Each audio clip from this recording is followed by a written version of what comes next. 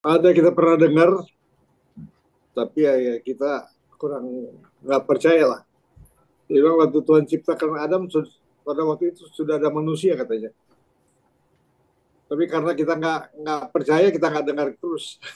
Jadi yang dicatat di dalam Alkitab itu adalah Adam jatuh dalam dosa. Sehingga seluruh manusia berdosa. Itu di Roma 5 ayat 12 ya. Kalau ada sebelum Adam, berarti ada yang nggak berdosa dong di dunia ini. Ya kan? Dan kalau ada sebelum Adam, itu dari mana kita dapatkan? Padahal Hal-hal yang tersembunyi ialah bagi Tuhan Allah kita. Tetapi hal-hal yang dinyatakan ialah bagi kita dan bagi anak-anak kita sampai selama-lamanya. ya, Supaya terima kita kasih. melakukan segala Nah, itu perkara. cukup. Nah, hal yang dinyatakan itu bagi kita dan kepada anak-anak kita. Yang tidak ada di Alkitab jangan dipersoalkan. Jadi Tuhan. manusia sebelum Adam dari mana?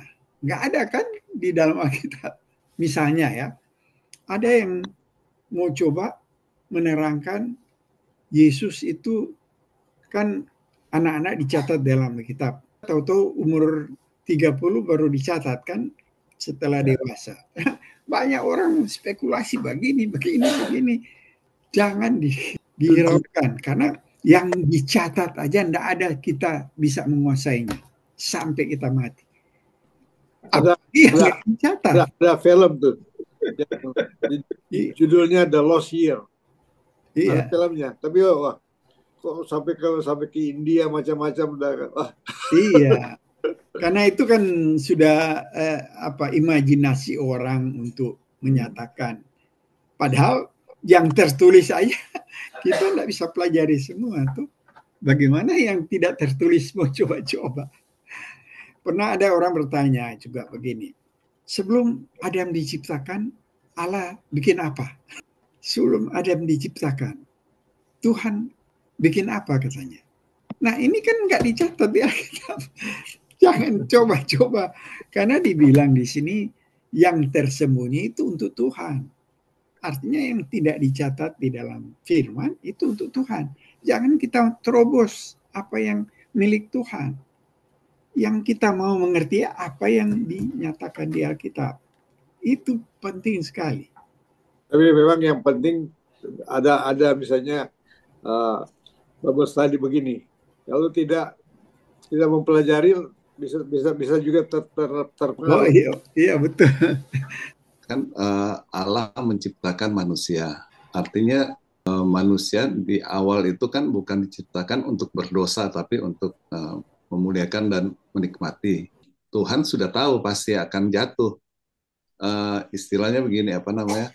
Kan tidak ada sesuatu yang tidak diketahui. Iya betul. Tapi ada artikel yang bilang waktu menciptakan manusia, Allah tidak menciptakan robot, tapi ada kehendak bebas. Nah, kehendak bebas itu yang disalahgunakan manusia yang waktu itu mereka jatuh.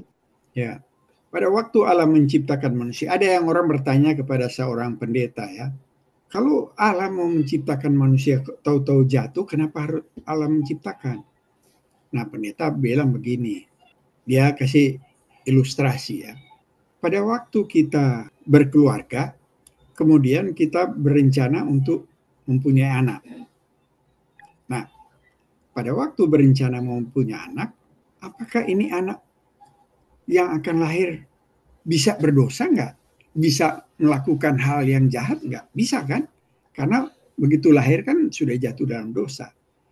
Kalau kita salah didik dia tiba-tiba berdosa dan begitu jahat, kan ada kemungkinan itu. Tapi kok kita mau?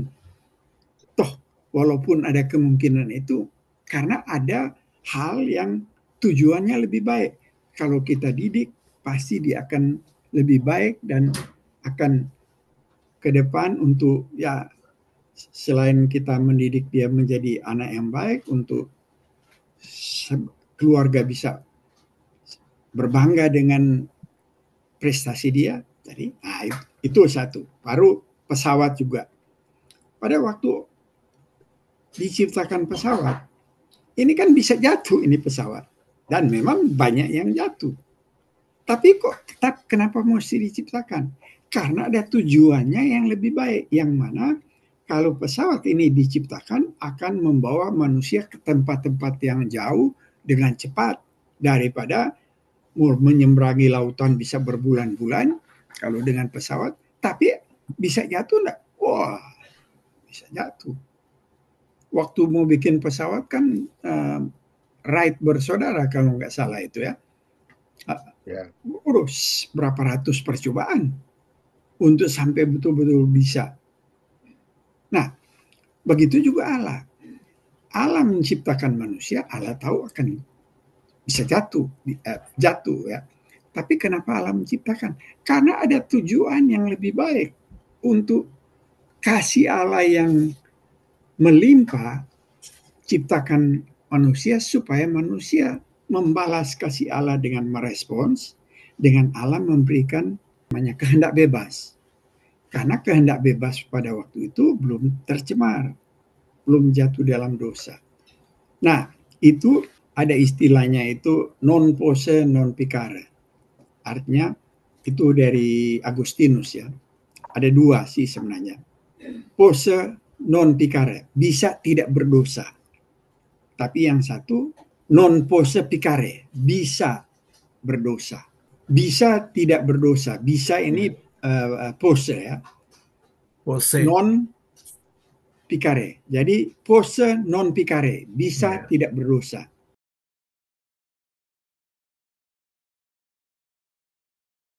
Atau bisa berdosa, posse picare.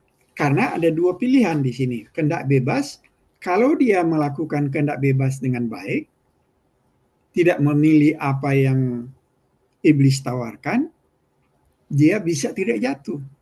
Tapi kalau dia tergoda dengan iblis, dia bisa jatuh. Nah, pada waktu kehendak bebas ini, pilihan Adam dan Hawa itu secara mutlak dia bisa pilih. Ternyata dia pilih mendengar ular. Ya, jatuhlah. Begitu jatuh dalam dosa, tidak ada kehendak bebas. Karena sudah non posse non picare. Tidak bisa tidak berdosa. Tidak mungkin orang memilih sesuatu secara netral. Karena di Roma 3 ayat 10-11 kita coba baca ya. Supaya tahu itu yang mana sudah tidak ada kehendak bebas kita. Roma 3 ayat 10. Seperti ada tertulis, tidak ada yang benar, seorang pun tidak. Jadi tidak ada yang benar, seorang pun tidak. Tidak ada seorang pun yang berakal budi. Tidak ada seorang pun yang mencari Allah. Untuk mencari Allah tidak ada seorang pun. Karena apa? Di Roma 5 ayat 12 bilang, sebab itu sama seperti dosa telah masuk ke dalam dunia oleh satu orang, oleh Adam, dan oleh dosa itu juga maut, akan mati semua. Demikian maut itu telah menjalar kepada semua orang karena semua orang telah berbuat dosa. Nah, sehingga Daud bilang di Mazmur, pada masih kandungan saja sudah berdosa. Jadi turunan Adam tidak ada yang tidak berdosa. Dan tidak ada, sudah jatuh dalam dosa, tidak ada seorang pun yang mencari Allah. Tidak ada seorang pun yang benar. Itu sebabnya tidak ada kehendak bebas. Bagaimana orang mau kehendak bebas, saya mau cari Tuhan. Tidak mungkin. Itu Tuhan datang mencari kita. Tidak mungkin kita yang cari Tuhan dalam keadaan berdosa. Jadi Tuhan mau menciptakan manusia karena kasih yang melimpah dari Tuhan, karena mau supaya manusia membalas kasih dengan merespons dengan kasih. Tetapi resikonya Allah harus menciptakan manusia dengan kehendak bebas. Karena kalau tidak ada kehendak bebas kan robot ini. Nah, karena Allah mau manusia membalas kasih, ciptakan harus ada kehendak bebas. Nah, kehendak bebas ini tahu-tahu iblis menggoda dan terpengaruh. Jatuhlah manusia. Begitu jatuh, Roma 3 ayat 10 bilang tidak seorang pun yang benar. Roma 5:12 bilang, karena satu orang semua berdosa. Nah, jadi tidak ada kehendak bebas. Oleh karena tidak ada kehendak bebas, tidak ada satu manusia yang bisa mencari Allah. Di Roma 3 ayat 11. Oleh karena itu, Allah sendiri yang datang mencari manusia melalui anaknya. Nah, itu sebabnya itu yang mengalami ribuan tahun, raja-raja, nabi-nabi, kemudian turun anaknya yang tunggal untuk mencari kita, menyelamatkan kita. Kehendak bebas hanya di awal aja ya, sama dosa ya. Kenapa? Kehendak bebas itu hanya di awal penciptaan. Oh iya. Sebelum evolusi dengan dosa yang menghilangkan itu ya. Nah, itu sebabnya pada waktu penciptaan Adam dan Hawa ada dua kemungkinan, bisa berdosa, bisa tidak berdosa. Pose picare itu pose bisa, picare dosa. Jadi pose picare bisa berdosa, itu bisa tidak berdosa ya. Ya, itu dua itu. Tapi ternyata jatuh di dalam dosa. Karena Allah itu Maha tahu, Allah tahu pasti akan jatuh. Oleh karena itu di dalam kekekalan sudah disediakan jalan keluarnya. Kita dipilih sebelum dunia dijadikan. Efesus 1 ayat 4. Kristus sudah disiapkan di dalam kekekalan. Kok sudah tahu jatuh dalam dosa? Kok diciptakan? Nah, itulah yang si pendeta jawab tadi ya. Kalau sudah tahu pesawat mau jatuh beberapa kali, kok masih dibuat? Karena manusia ingin ada tujuan yang lebih baik, yaitu bisa kemana-mana.